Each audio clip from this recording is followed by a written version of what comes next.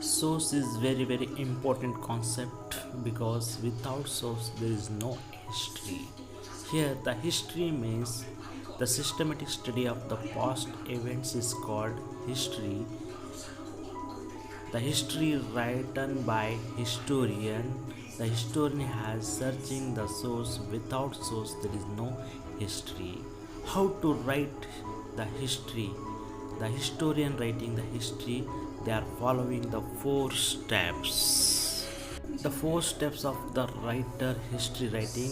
The first, collect the source, critical analysis, critical examination, and write the history.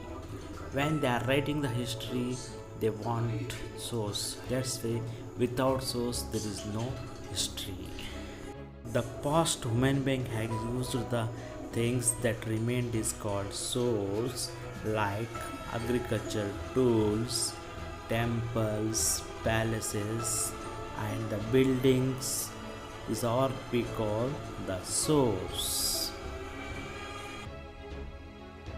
The source has divided into mainly two types, literary source and archaeological source. Literary source are we found in written forms.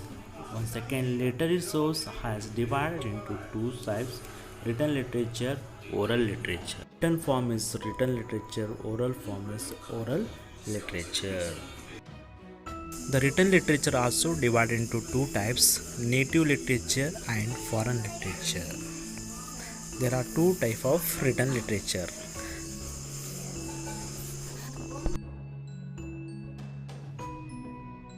The example of native literature, Kautilya Arthashastra and Hala's Gatha Saptamasati. These are the important two native literatures of the example. Foreign literature, the foreign literature has created by foreigners. Foreign literature is written by foreigners. The foreigners are visited India as an ambassador, as an official work, as a pilgrims, and as a traveler, as a businessman. They observed the situation and they wrote in their observation in that book, and that book we are called foreign literature. The example of foreign literature, Megasthenes Indica, Fayan Fukoki, Huensang, Siyuki. The second important literary source is oral literature. By mouth to mouth, one generation to another generation, the message passing is called oral literature. The different forms of the oral literature is badlas, folk songs, folk stories, and mythological stories. The second main type of the source is archaeological source.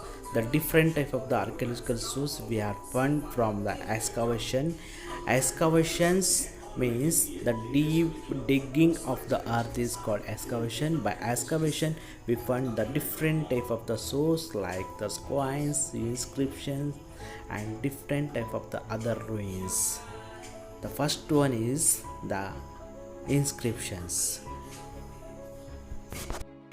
Second one is coins, third one is monuments, and fourth one is other ruins. These are the four type of archaeological source. First one is inscriptions. The inscriptions is engraved in the stone and metal and different other the long living materials. Here the many inscriptions we find in India. The only one famous king Ashoka, and that's why the Ashoka is called the father of inscription. Thousands of the inscriptions we find in India, Ashokas, different languages like Brahmi, Sanskrit, Kharosthi, and Anamika. And that's why we call Ashoka is the father of inscriptions. The other inscriptions like Mehruli pillar inscriptions, and this is the still existence. This is very important for technological issue. The coins also one of the second important archaeological source. In these coins they are looking very small, but that will be giving the information more. Like the Samudragupta's coins will be showing that he was a loving of music and good administration, and this will be shows from the achievements. And the third one is monuments. The monuments also one of the important archaeological source. The many monuments existence in India, and that will be gives the information about the economic conditions and cultural and religious situation of that existence. For example, Vijaypura Gold Gumbaz is one of the important, and Taj Mahal, Agra, this is the love icon, and Mysore Palace, this is the tradition of Hindu religious, and Gulbarga Port is one of the important monuments, and also the Hampi Rath, also one of the important. This is the monuments, the Madrasa and Bidar, important monuments for education contributions. The last one is other ruins. Here the carbon 14 is very important.